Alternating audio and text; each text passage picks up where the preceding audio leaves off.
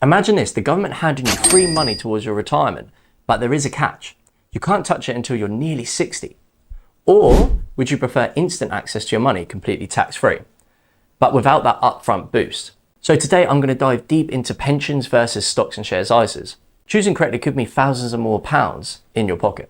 As a chartered accountant, I'm here to simplify investing and help you make smarter financial choices. Today we're comparing two powerhouse UK investment options, pensions and stocks and shares ISAs. You'll clearly see which suits your financial goals best, whether you're 25 or you're nearing retirement. A pension is essentially a retirement savings vault. You get generous government tax relief. Every £80 you contribute becomes £100 if you're a basic rate taxpayer. Higher earners can invest just £60 to achieve the same £100 invested. Most importantly, workplace pensions often include employer contributions. It's essentially free money. For instance, putting in £40 might get matched with £30 from your employer, plus £10 in tax relief, doubling your contribution instantly. Defined contribution pensions, common in the private sector, grow based on investment performance, while defined benefit pensions, typical in the public sector, guarantee retirement income based on your salary and service length. However, pension funds remain locked until you're at least 55, rising to potentially 57 in 2028. At retirement, 25% is tax-free, but the rest is taxed as income. Still, many pay lower taxes in retirement, making pensions incredibly tax efficient. Stocks and shares ISAs offer flexibility without upfront tax relief. You invest the after-tax income. However, your money grows entirely tax-free, and withdrawals at any age are completely tax-free too. Your ISA allowance is £20,000 annually, spread across various ISA types, cash ISA, lifetime ISA, and innovative finance ISA, among others. You can freely mix these to suit your goals. So for instance, if I have £10,000, this could go into stocks, £5,000 into cash, and £4,000 into a lifetime ISA, which includes a government top-up for first-time home buyers or retirement.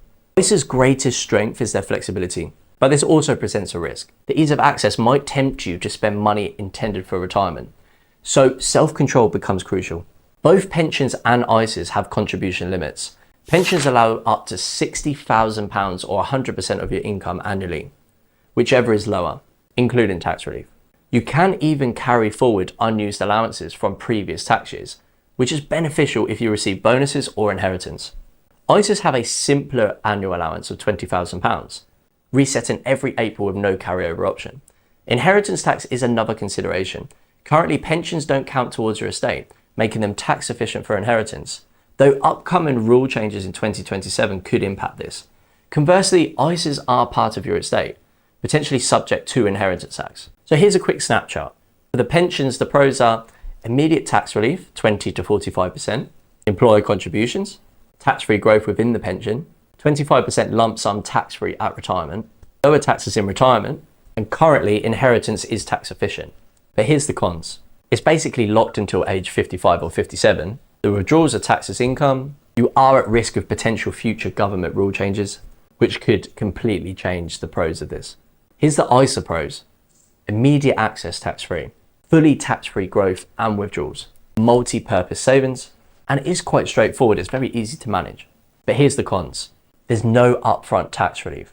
There's a lower annual limit as well of £20,000. It's subject to inheritance tax, and there is temptation to withdraw prematurely.